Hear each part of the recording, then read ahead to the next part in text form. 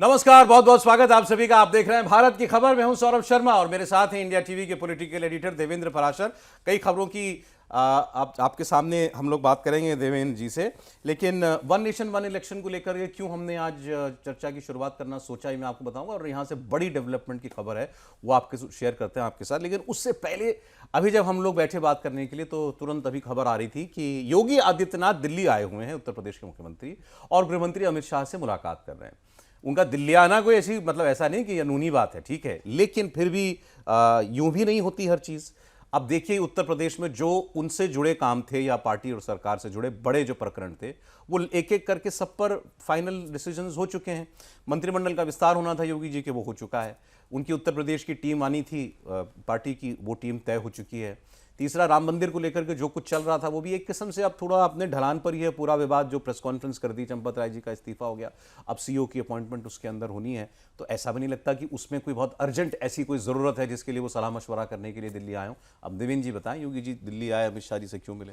नहीं, देवेंद्र जी को ना गृह मंत्रालय की तरफ से कुछ आया है ना मुख्यमंत्री की तरफ से कुछ आया है। तो उसमें अब बस ये जो सेंस दिख रहा है बातचीत करके, उससे ये समझिए कि ये कोई पॉलिटिकल अफेयर्स मीटिंग नहीं थी। ये शुद्ध रूप से देश के गृह मंत्री से एक राज्य के मुख्यमंत्री मिलने आए। ओके।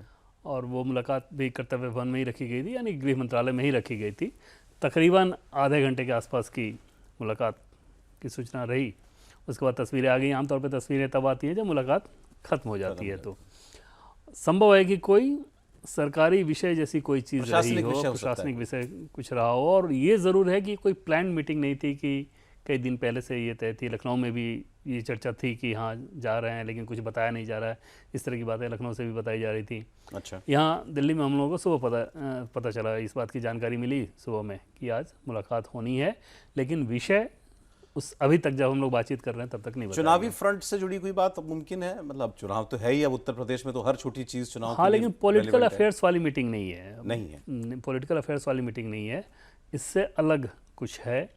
जाहिर तौर पर हर चीज़ का कोई ना कोई पॉलिटिकल एस्पेक्ट तो होता ही है, लेकिन ज़्यादा संभावना इस बात की रहेगी कि या तो मुख्यमंत्री किसी कार्यक्रम को लेके गृह मंत्री को बुलाना चाह रहे हों, क्योंकि ये था कि मानसून सेशन के बाद गृह मंत्री के उत्तर प्रदेश में दौरे एकदम वॉर मोड वाले जो होते हैं कि हर महीने में जाना, एक बार दो बार जाना, और पूरा चुनावी मोड वाले जो बात कहें, वो मानसून के बाद वो शुरू करने वाले हैं।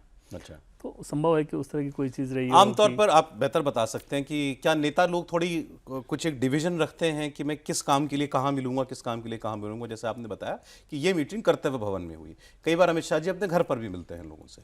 गृह मंत्री तो इसमें बहुत ज़्यादा पार्टिकुलर रहते हैं। अच्छा। मतलब यथासंभव, ये एकदम हार्ड एंड फास्ट नहीं रहता, बट यथासंभव वो बड़ा पार्टिकुलर रहते हैं कि अगर आपके पॉलिटिकल अफेयर्स की मीटिंग हो तो वो किस तरीके से होनी चाहिए, या बाकी अगर सरकारी कार्यक्रम से संबंधित चीज़ें हों तो वो कहाँ होनी चाहिए। जैसे हाल में आपने देखा कि रंधावा गए थे गृहमंत्री अमित शाह से मिलने।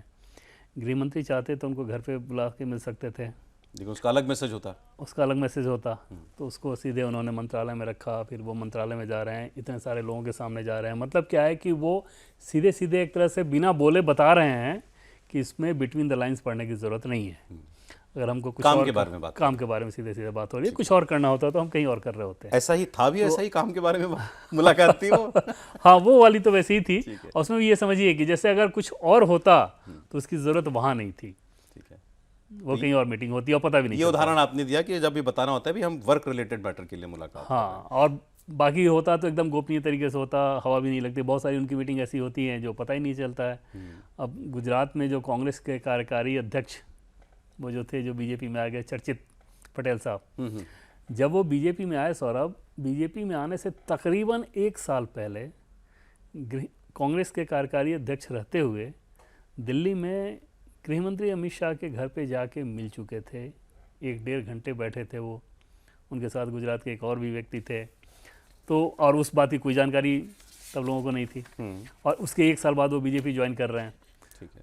तो इस दौर की जो बीजेपी है वो उन्हीं बातों को पब्लिक डोमेन में लाने की कोशिश करती है जिन बातों का जब जानना ज़रूरी है, और टाइमिंग का भी वो लोग ध्यान रखते हैं। ठीक है। ये वाली मीटिंग निश्चित तौर पे अब उम्मीद की जा रही है कि आज रात तक को पता चल जाएगा एग्जैक्टली कि क्या रहा होगा। क्यों मिले अमित शाह जी योगी आदित्यनाथ से, क्या क्या विषय रहा, इसमें आपको चलिए अपडेट देंगे, कल दे देंगे। अब ये जो खबर मैंने पीछे आपके लगाई है कि 2029 से क्या वन नेशन वन इलेक्शन लागू होने जा रहा है, इसमें आपको अपडेट बता देता हूँ। एक तो ये कमेटी जो इसको लेकर के बनी हुई है, जिसके अध्यक्ष पीपी चौधरी जी हैं मेरे ख्याल में। हाँ। तो ये अलग अलग राज्यों में जाकर अलग अलग स्टेक होल्डर्स से मुलाकात करती है, सोसाइटी के अलग अलग तबकों के लोगों से मुलाकात करती है। उसमें पॉलिटिशियंस भी होते हैं, लॉयर्स भी होते हैं, विधिक जानकार भी होते हैं, तमाम तरीके के लोग होते हैं। अब उसमें उनका दावा यह है इस कमेटी का कि 99% लोगों ने वन नेशन वन इलेक्शन के आइडिया के पक्ष में अपने सुझाव दिए हैं, मतलब वो सहमत हैं इससे। सवाल यह है कि ये कब लागू होगा। तो इस कमेटी के जो लोग हैं वो तो ये कह रहे हैं कि हमारी जो तैयारी चल रही है, जिस स्पीड से हम काम कर रहे हैं, उनका काम क्या है कि उनको इससे जुड़े हर पहलू पर अपने सुझाव देने हैं। तो उनका कहना है कि हम इस लिहाज से अपना काम कर रहे हैं कि 2029 में ये लागू हो जाए। सरकार करेगी कि नहीं करेगी वो अलग विषय है। ये कमेटी अपना काम इस तरीके से कर रही है कि हमारी सिफारिशें पहुंच जाएं और वो हम 2029 में लागू करने के हिसाब से दें। अब एक तो ये बात हुई। अब जगह जगह से जो है जहां ये जा रहे हैं वहां से यही बयान सामने आ रहे हैं कि भाई ये देश के लिए बड़ा अच्छा है, इसको लागू कर देना चाहिए। अब मेरा सवाल ये है कि क्या ये इस मानसून सेशन में, एक चीज़ बस बता दूंगा, इस कमेटी का कार्यकाल इसी मानसून सत्र के आखिरी हफ्ते तक के लिए एक्सटेंड कर दिया गया था पहले ही।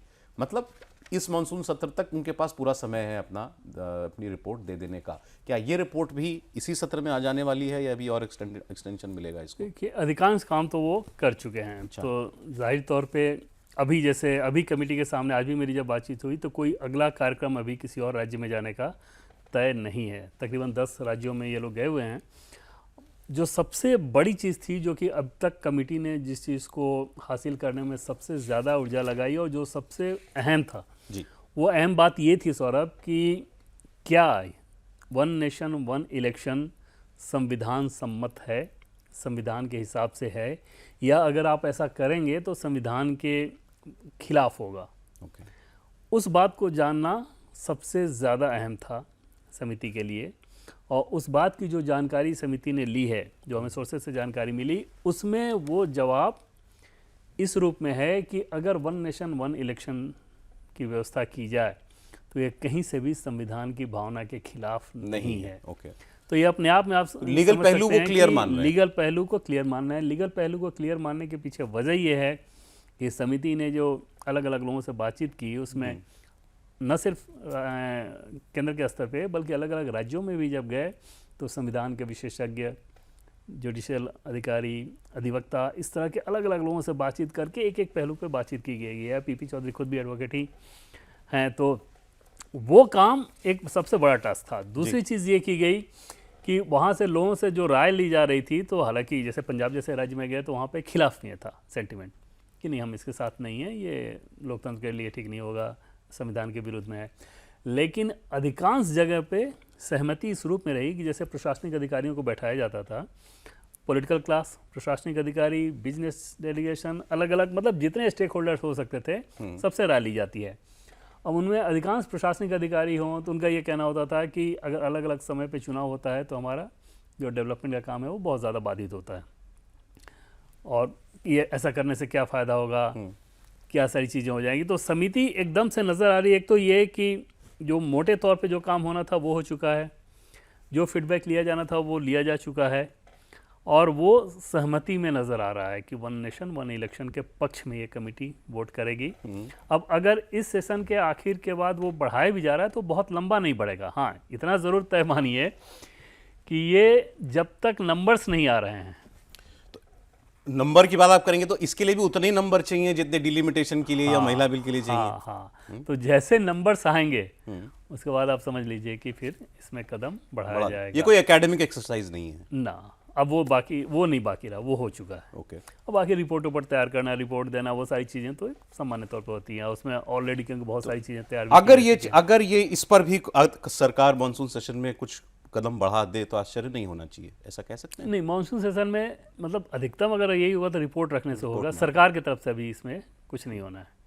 सरकार 29 से लागू करना चाहती है सरकार की मंशा ज़रूर है ये ओके कि इस काम को किया जाए, लेकिन उससे पहले का जो टास्क है, जो वुमेन रिजर्वेशन और डेलिमिटेशन, वो अहम है। ये थोड़ा आगे भी बढ़ जाए तो इसमें कोई बात लेकिन नहीं, फिर ये भी ऐसा ही है ना कि ये काम अगर 29 में नहीं हुआ तो ये काम भी फिर 34 तक टलेगा। नहीं, उतना टालने जैसा वो नहीं है। मतलब मंशा तो एकदम से है कि ये कर लिया जाए, और उसमें करने में क्योंकि फ़ायदा बताया जाता है, उसमें सीधे सीधे जैसे ये बात भी कही जाती है कि जीडीपी में ही इससे जो बचत होगी उससे जीडीपी में 1.5% का फ़ायदा होगा। तो इस तरह के जब ग्रोथ को जोड़ा जाए तो आप समझ सकते हैं कि हाँ कितना अहम है। भाई आप अगर ये काम बाकी 2029 से, और आप तो सोचिए 2029 का इलेक्शन कैसा होगा।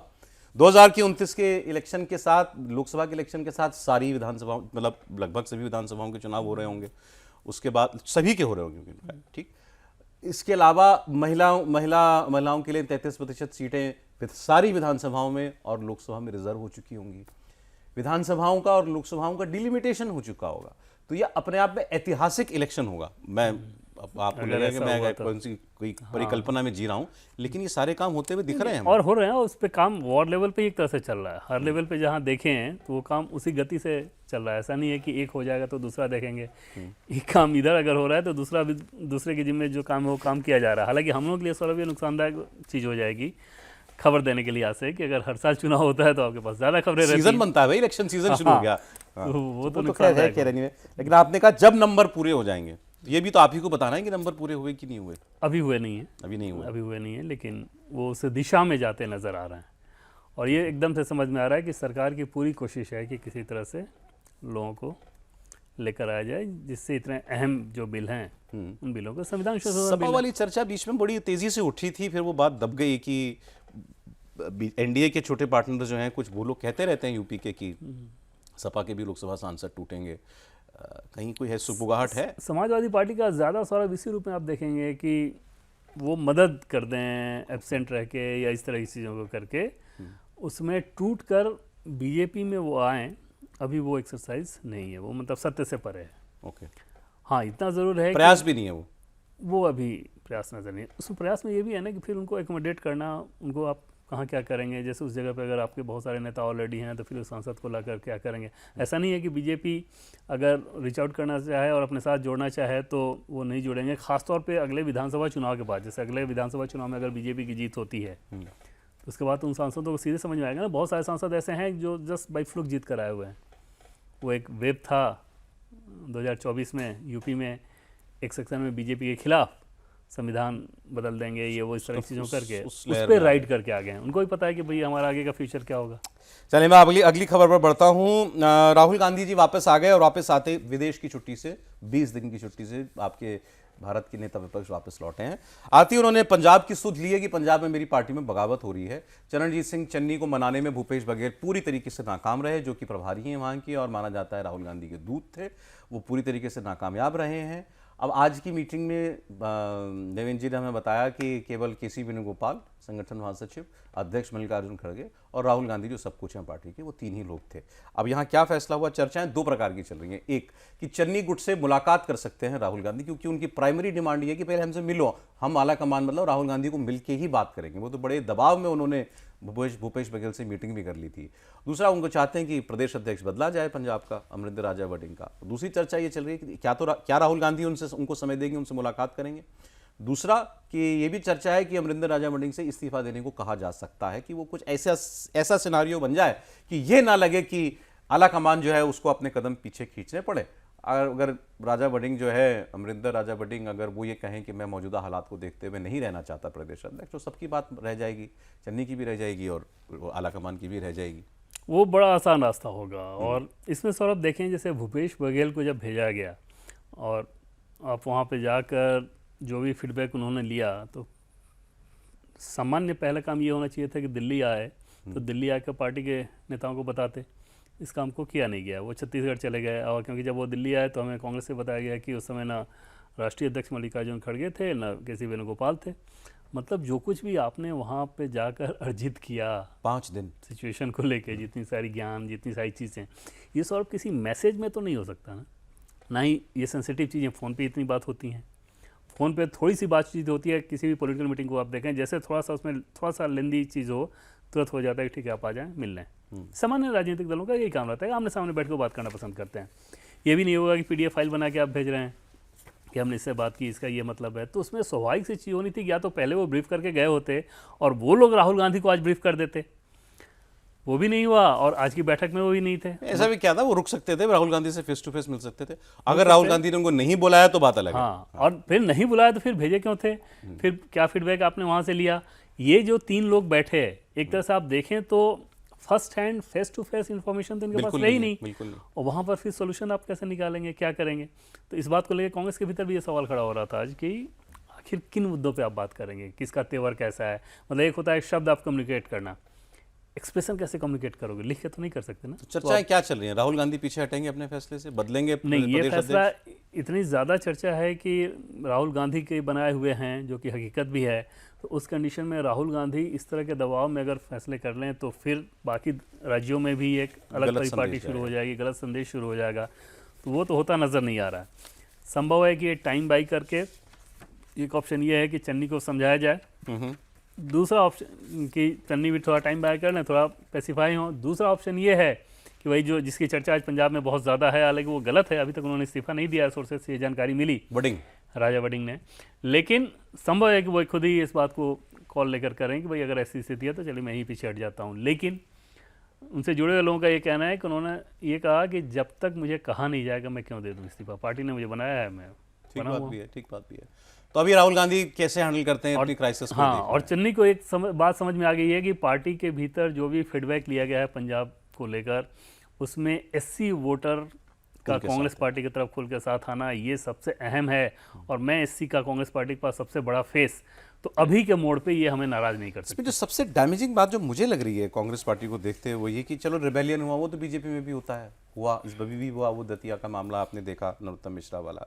जितनी लंबे वक्त तक, जितने दिनों के लिए इसको लिंगर ऑन करने दिया गया, और इसके पीछे कोई वजह नहीं थी सिवाय इसके कि राहुल गांधी विदेश में थे।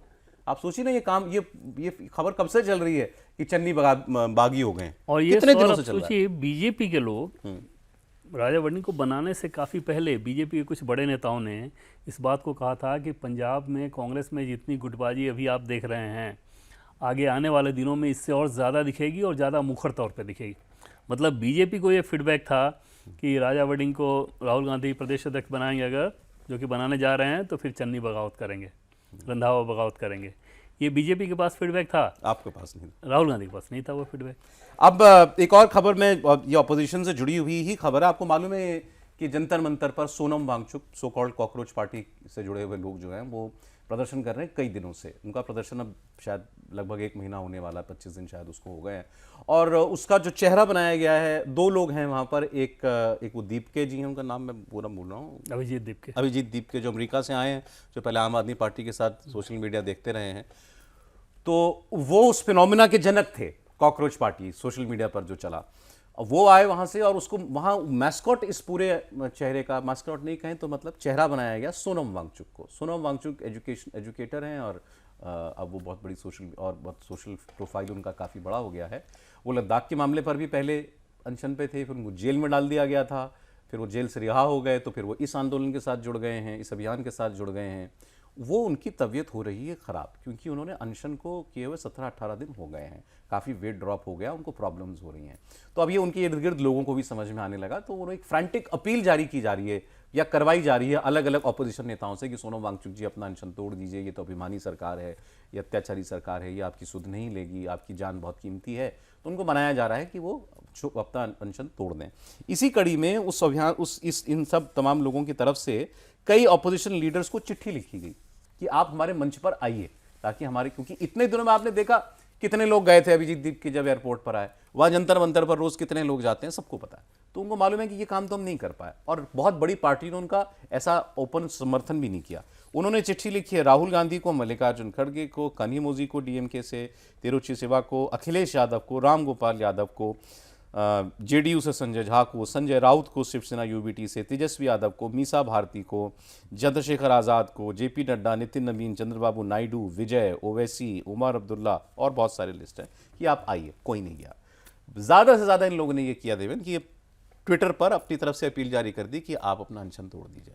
ऐसा किया उद्धव ठाकरे ने, आदित्य ठाकरे ने, अखिलेश यादव ने। एक केजरीवाल जी ने कहा है कि मैं इनसे मिलने के लिए जाऊंगा, वरना वहां कोई बड़ा नेता नहीं जा रहा है। अब ये बात चल रही है कि राहुल गांधी क्यों नहीं जाते, राहुल गांधी को जाना चाहिए। इस पूरे प्रोटेस्ट को अगर सौरभ देखें तो एक सोशल मीडिया की सनसनी और वहाँ पर जिस प्रकार से फैला, उसके बाद दीपकों को एकदम से भ्रम हो गया कि पता नहीं वो दिल्ली आएंगे और यहाँ के जब जनता क्रांति हो जाएंगे तो क्या क्रांति हो जाएगी। जब वो टाइम फिक्स हो गया तो उसके बाद वो लोग एक तरह से हाथ पांव मारने लगे कि कुछ तो ऐसा हो, और फिर उसके बाद ये सारी कवायद उसी रूप में की जा रही है कि सोनम वांगचुक, उनका अनशन पे बैठना, उनके गोल पोस्ट भी आप देखें तो लगातार चेंज होते जाते हैं, कभी कोई डिमांड, कभी कोई ये डिमांड, बैठे कभी थे कुछ एजुकेशन मिनिस्टर के इस्तीफे की मांग को लेके। डिमांड। और उसके बाद बाकी गोल पोस्ट देखिए, अलग अलग चीज़ों को आप लगातार डिमांड कर रहे हैं, तो पता ही नहीं है, जिसको जो मर्जी आके बोल देना, जनाधार बिल्कुल नहीं, लोग जान नहीं रहे हैं, किसी को मतलब नहीं, सबको ये समझ में आ रहा है कि तुम क्यों कर रहे हो, किस मकसद से कर रहे हो। उस कंडीशन में सोनम वांगचुक का इतने लंबे समय तक अनशन पे रहना निश्चित तौर पे उनकी सेहत के लिए ठीक नहीं। कोई भी ये चिंतित होगा कि भाई ये चीज़ ना हो और जल्द से जल्द उस अनशन को तोड़ दिया जाए, खासतौर पे तब जब आपको पता नहीं हो कि आपको किस दिशा में जाना है, बस एक अनशन करने के लिए आप कर रहे हो।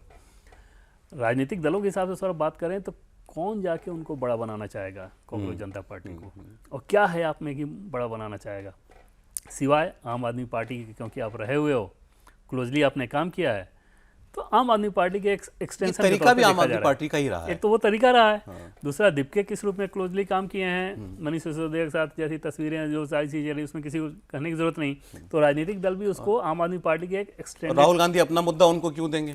20 दिन बाद भी लौटे तो पहला ट्वीट उन्होंने पेपर लीक को लेके किया, और वो एक आम आदमी पार्टी के एक्सटेंडेड वर्जन के तौर पे उसको लोग देख रहे हैं कि इनका एक विस्तार है। और आम आदमी पार्टी क्योंकि अभी एक खराब दौर से गुजर रही है, तो उन्होंने एक दूसरा यूफोरिया क्रिएट करने की कोशिश की। लेकिन सरकार में या बीजेपी के स्तर पर सोनम वांगचुक को लेकर के कोई चिंता है क्या कि भाई ये कब तक होने देना है? ठीक है, अभी वहाँ लोग नहीं जा रहे हैं, लेकिन भगवान न करे अगर मान लीजिए उनकी तबीयत खराब होना शुरू हो जाती है तेजी के साथ, तो क्या तो सब फिर प्रशासन के लोग जाएंगे। अच्छा। प्रशासन के लोग वहाँ पे जाके जो करना किया जाता है वो कर दिया जाएगा। कोई ऐसा इशू नहीं है ना जिस पे सरकार के किसी नुमाइंदे को भी भेजा जाए, कोई बात की जाए। वो ये चाह रहे हैं कि सरकार हमसे बात करे। तो जो जिन मुद्दों को लेकर सरकार, सोनम वांगचुक का अपना जो विषय था लद्दाख को लेके, वो तो ऑलरेडी उसमें बहुत कुछ हो चुका है। अरे आज तो बहुत बड़ी खबर आई उसमें, तो वही करेंगे, लद्दाख की सारी उनकी लगभग सारी मांगे मान ली, सारी मांग लेंगे। तो यहाँ पर फिर इनसे क्या बातचीत करना, और ये अलग अलग गोल पोस्ट चेंज कर करके आप बात कर रहे हो। जिस एग्जाम को लेके इतना सारा कुछ हुआ था, वो एग्जाम ठीक तरीके से हो गया, छात्र रिजल्ट का वेट कर रहे हैं। तो ये तो सरकार के ऊपर एक पॉलिटिकल प्रेशर बनाने की कोशिश थी, उसमें सरकार ट्रैप होना नहीं चाह रही। सरकार मतलब कुछ भी ऐसा काम नहीं करेगी कि इनको कोई लेजिटिमेसी मिले, उसकी जरूरत ही नहीं है ना। या तो कोई आपका ऐसा मसला होता जिसमें सुनना जरूरी होता, तो कोई प्रतिनिधि जाके बात भी कर, और वो इस बात को लेकर भी मुतमईन है कि इनको कोई ट्रैक्शन नहीं मिल रहा, कोई समर्थन नहीं मिल रहा, इसलिए इशू ही नहीं है आपके पास। इशू होता तो फिर एक खबर आज एनसीपी में से आई। अच्छा, ये थोड़ी सी क्योंकि उलझी हुई सी खबर है, तो देवेंद्र की मदद इसमें हमको चाहिए। एनसीपी, अब एनसीपी, जब हम एनसीपी कहते हैं तो वो अजीत पवार वाली एनसीपी है, सुनेत्रा पवार जिसकी अब अध्यक्ष हो गई हैं अजीत पवार जी की मृत्यु के बाद। वो राज्यसभा थी, वो विधायक हो गई और वो डिप्टी चीफ मिनिस्टर हो गई, और उनके बेटे उनकी जगह राज्यसभा चले गए, पार्थ पवार। जब ये सब सारा प्रकरण हुआ, अब क्योंकि जब अजीत पवार की मृत्यु हुई तो काफ़ी वक्त तक तो कोई कुछ बोला नहीं लोकलाज में, लेकिन उसके बाद से एनसीपी के अंदर से ऐसे सुर आने शुरू हुए कि सुनेत्रा पवार पार्टी नहीं संभाल पाएंगी, और जो और सीनियर लीडर है उन्होंने असर्ट करना शुरू किया कि हम पार्टी हमें चलाने दीजिए, ऐसा मैसेज गया। इवन प्रफुल्ल पटेल को भी उस कैटेगरी में लोगों ने डाला कि प्रफुल्ल पटेल भी बहुत खुश नहीं है जिस तरीके से सुनेत्रा पवार ने एक तो पार्टी के अध्यक्ष हो गई और बेटे को भी उन्होंने जो है पार्टी का अफेयर्स जो है वो देखने दिए, तो वो भी नाराज हैं बताया जाता है। सुनील तटकरे का भी नाम नहीं लेना गया। अब इसमें एक जो उनके राष्ट्रीय सचिव स्तर के एक व्यक्ति हैं, उन्होंने एक बाकायदा चिट्ठी लिखी है, सच्चिदानंद सिंह एनसीपी के नेशनल सेक्रेटरी हैं, इन्होंने चिट्ठी लिख करके और सुनेत्रा पवार को ही ये बोला है कि आपका चुनाव अध्यक्ष के पद पर जिस तरीके से हुआ वो पार्टी के नियमों के खिलाफ था, मतलब आपका चयन ही गलत तरीके से हुआ है। तो इस बात को उन्होंने लेकर के एक मोर्चा खोल दिया है उनके खिलाफ, और सुनेत्रा पवार इस पर कमेंट नहीं कर रही है। उन्होंने कहा कि पार्टी के और वरिष्ठ लोग हैं वो इसके ऊपर बात करेंगे। क्या है ये, कोई सक्सेशन की लड़ाई है पार्टी में? नहीं सर, अब सक्सेशन की लड़ाई इस लिहाज से नहीं है कि सच्चिदानंद सिंह का ऐसा स्टेचर नहीं, उनका ऐसा जनाधार नहीं एनसीपी के भीतर जिसके सहारे वो सक्सेशन की किसी लड़ाई को अंजाम दे सकें। उनके पीछे वैसे लोग नहीं, क्योंकि उनको टीम में कोई प्रमुख जिम्मेदारी नहीं मिली, रखा नहीं गया, तो इस लिहाज से उन्होंने चिट्ठी लिख दी ये कहते हुए कि जिस संवैधानिक प्रक्रिया के तहत पार्टी का जो संविधान है, डेलीगेट्स को जैसे बुलाए जाने चाहिए थे, डेलीगेट्स के नाम पर जैसे उल्लेख होना चाहिए, इन सारी चीज़ों का आधार बनाते हुए एक लॉ फर्म के मार्फत एक नोटिस भेजा गया। चाहे प्रफुल्ल पटेल हों जो कि कार्यकारी अध्यक्ष हैं एनसीपी के, या सुनील तटकरे हों, इन सब लोगों के बयान आ गए हैं कि बिल्कुल पार्टी का जो संविधान था उसी तरीके से उनको सुनेत्रा पवार को चुना गया है, कंट्रोल में है पार्टी की। सिंपल सी चीज़ सौरभ ये रहती है कि जब इस तरह के दल या इस तरह के छोटे दल जो कि परिवार विशेष से ही जुड़े रहें, पवार सरनेम जब तक ना हो आप उसमें कुछ नहीं कर सकते। प्रफुल्ल पटेल की क्या खासियत थी? प्रफुल्ल पटेल की यही खासियत थी ना कि आप उन नेताओं के करीब ही रहें, अपने दम पे आप कुछ नहीं कर सकते, चाहे सुनील तटकरे हों या दूसरे कोई भी नेता। तो पवार सरनेम बहुत ज़रूरी है वहाँ पर उस अपने जन समर्थकों को अपने साथ जोड़े रखने के लिए, एनसीपी के समर्थकों को। एक्चुअली क्या है पता, लोगों को क्या लगता है कि इस पार्टी में कुछ हो रहा, जरूर शरद पवार कुछ करा रहे हैं, क्योंकि ये भी चर्चाएं थी कि परिवार और पार्टियां एक हो जाएंगी। हाँ, अजीत पवार तो ये प्रयास कर ही रहे थे, कहीं इसके पीछे शरद पवार तो नहीं? नहीं, और ये सजदानंद सिंह का वो करनी है। वैसा अगर शरद पवार को ये गेम खेलना होता तो बड़े लेवल पे खेलते। ये लेवल वैसा नहीं है कि इसके पीछे शरद पवार करके इन सारी चीज़ों को कराएं। ऐसा हो और कुछ समस्या हो तो शरद पवार को सूट कर जाए, वो अलग बात है, लेकिन शरद पवार इसके पीछे हो, ये उतना बड़ा गेम नहीं। लेकिन अजीत पवार के बाद उस पार्टी में सब कुछ ठीक तो नहीं है। ठीक है, चलिए एक बड़ा आदमी गया है, सब पार्टी उन्होंने अलग करके पूरी पार्टी बनाई थी, मतलब पार्टी ले ली एक तरीके से। लेकिन आप देखिए, वो एक लड़ाई वो चल रही है कि उनको वो वित्त मंत्री थे अजीत पवार, तो इनको वित्त मंत्रालय अभी तक नहीं दिया गया। रह करके ये मांग एनसीपी के लोग जो हैं वो करते रहते हैं। प्रफुल्ल पटेल अजीत पवार के बहुत करीबी थे, क्लोज कॉन्फिडेंट थे। जब अजीत पवार गए तो उस वक्त भी कंफ्यूजन हुई थी कि ये एक्टिंग नेशनल प्रेसिडेंट हैं या कुछ और हैं। तो कह दिया गया एक्टिंग नेशनल प्रेसिडेंट है, फिर वो हटवाया गया आनंद फानन में। तो लोग आगे, अरे भाई इतने से बड़े आदमी के साथ भी कंफ्यूजन चल रही है पार्टी की। बट नहीं, उसमें क्या है सौरभ कि अजीत पवार का जाना निश्चित तौर पे एनसीपी के लिए बड़ा लॉस सिर्फ ये नहीं कि उनके, जैसे सुनीता पवार की बात कर लें, उस पार्टी के लिहाज से बात करें कि आपका सबसे बड़ा नेता चला गया, बल्कि उस अनुभव का व्यक्ति चला गया जो कि हर चीज़ में दखल रखता था, चाहे राजनीतिक तौर पे या प्रशासनिक तौर पे। जैसे वित्त मंत्रालय उनके पास होता था तो एक तरह से वो कुंजी रखते थे सभी मंत्रालयों की अपने पास। ऑफिसर के साथ उनके तालमेल बहुत अच्छे थे, लोगों के बीच अपने क्षेत्र में उनका कनेक्ट बहुत अच्छा था। तो वो सारी चीज़ें मिसिंग हो गई हैं। तो पार्टी का तो कोई बहुत ब्राइट फ्यूचर नहीं रहना है। अगर बेटे उस रूप में जो अभी तक वैसे नज़र नहीं आ रहे हैं, अगर उस रोल में ना आए और उस तरह से परफॉर्म ना करें तो फिर पार्टी का कोई बहुत ज़्यादा फ्यूचर है नहीं। बट अभी ये जो विवाद है ये बहुत लंबा चलने वाला नहीं है। उसमें एक सामान्य तरीके पर आप देखेंगे कि उस नोटिस का जवाब दे दिया जाएगा और जो बात प्रफुल्ल पटेल ने या सुनील तटकरे ने बोली है उसी को रिपीट कर दिया जाएगा। अरे एक खबर मैंने देवेंद्र से डिस्कस नहीं की थी प्रोग्राम से पहले, लेकिन मैं उनसे उनकी राय ले रहा हूं क्योंकि मैंने खबर देखी तो मुझे बड़ी इंटरेस्टिंग लगी। सुप्रीम कोर्ट में सीबीआई पहुंची थी कि झारखंड हाई कोर्ट ने जो वो चारा घोटाला वाला मामला है उसमें लालू यादव कन्विक्ट हुए, लालू यादव को सजा हुई। सजा तो हुई लेकिन सजा काट तो नहीं रहे लालू यादव, वो तो बाहर है, वो 6 साल से बाहर है। तो सीबीआई गई थी कि झारखंड हाईकोर्ट ने इनको जो बेल दे दी है उस बेल को निरस्त किया जाए, ये मांग लेकर के वो सुप्रीम कोर्ट गई। सुप्रीम कोर्ट ने ये कहा कि चूंकि ये मामला अब वो 6 साल से बेल पर हैं तो हम हाईकोर्ट के इस फैसले में इंटरफेयर नहीं करेंगे। लेकिन लालू यादव ने अपने कन्विक्शन को जो चुनौती दी हुई है झारखंड हाईकोर्ट में, उन्होंने डायरेक्ट किया है कि हाईकोर्ट 6 महीने के अंदर इसका फैसला कर दे। मतलब अगर हाईकोर्ट भी लोअर कोर्ट की तरह लालू यादव को दोषी करार दे देता है तो उनको वापस जेल जाना ही पड़ेगा, उनको नए सिरे से बेल अप्लाई करनी पड़ेगी, तो वो मामला अपने आप सेटल हो जाएगा। तो इसमें सुप्रीम कोर्ट पड़ा नहीं। अब 6 साल से लालू यादव चारा घोटाले के 5 आरोपों में 5 अलग अलग मुकदमों में दोषी करार दिए गए और वो व्यक्ति 6 साल से बाहर है। ठीक है, उनका हेल्थ इशू था, उनका किडनी ट्रांसप्लांट वगैरह हुआ था, लेकिन जेल की तस्वीरें भी हमने देखी कैसे वो मालिश करवाते हैं अपना, उसकी बाकायदा वीडियो फुटेज आई थी उस सब की। तो ये मांग तो होती रहती है, कैसी सजा है जो लालू जी को मिली है कि वो 6 साल से आराम से जो है वो सरकारी बंगले के अंदर काट रहे हैं। सीबीआई चूंकि गई थी तो क्या मतलब, मैं इसको थोड़ा सा लार्जर वो देने की कोशिश कर रहा हूँ, क्या सरकार चाहती है लालू यादव जेल जाए?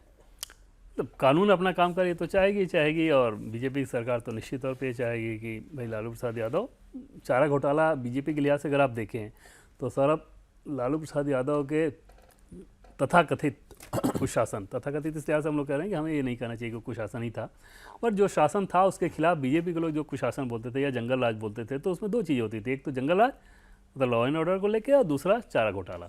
लालू प्रसाद यादव पे सबसे बड़ा अटैक अगर आप कहें तो चारा घोटाला, एकदम से एक तरह से उन पर चिपका दिया गया।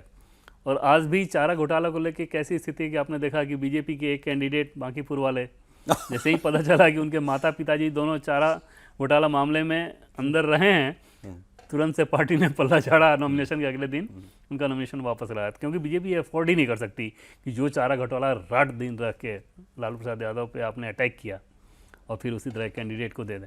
तो वहाँ पर बीजेपी को बिल्कुल ये सूट करेगा। और बीजेपी की भी पूरी कोशिश ये है कि आरजेडी जो कि इस चुनाव में अब हारी, अब फिर आरजेडी खड़ी ना हो पाए। लालू प्रसाद यादव जी अगर सौरभ बाहर भी रहते हैं ना, तो वो एक मजबूत पॉलिटिकल फोर्स हैं ही इस एज में भी। रिटायर्ड ही हैं वो तो मैं बात वही कह बोल रहा भी नहीं हूँ। पाते ठीक से। बिल्कुल नहीं, इस एज में भी सबके बावजूद वो नाम ही काफ़ी है। जैसे किसी से मिलने को बुला दीजिए, किसी कोई असंतुष्ट हो उसको बुला दीजिए, उनके सामने जब चला जाए तो उस व्यक्ति का वो करिश्मा अब भी है। अब भी है। मतलब उस आरजेडी के वोट बैंक में या आरजेडी के आभा मंडल में आज भी सबसे जो मजबूत दमदार नाम है वो लालू प्रसाद यादव जी का ही है। तेजस्वी यादव उस रूप में अपने आप को स्थापित करते नज़र नहीं आ रहे हैं। तो ऐसे में राबड़ी देवी में कुछ वो चीज़ें नहीं है, तेजप्रताप के केस आप जानते हैं, बाकी निशा भारती या इन सब लोगों में कोई करिश्मा नहीं है। लालू प्रसाद यादव में आज भी वो करिश्मा है। तबीयत भले ही इतनी ज़्यादा ख़राब हो गई तो, और दूसरा जब सज़ा अगर होए फिर वो अंदर जाएं, मतलब बेल ख़त्म हो और फिर वो अंदर जाएं और हाईकोर्ट भी सज़ा दे दे, तो फिर से बीजेपी को ये बताने में सफलता हासिल होगी ना कि देखिए RJD corrupt party, Lalu Prasad Yadav ji ये किए थे। वो दिन तो अब 6 महीने में आएगा ही आएगा, क्योंकि तो आना सुप्रीम ही कोर्ट ने आना कह है। दिया है हाँ, कि 6 महीने में आप फैसला दीजिए इस जो भी पर। फैसला लें, तो अगर उनके खिलाफ जाता है फैसला तो फिर समझिए कि फिर बीजेपी कैसे उसको भुनाएगी।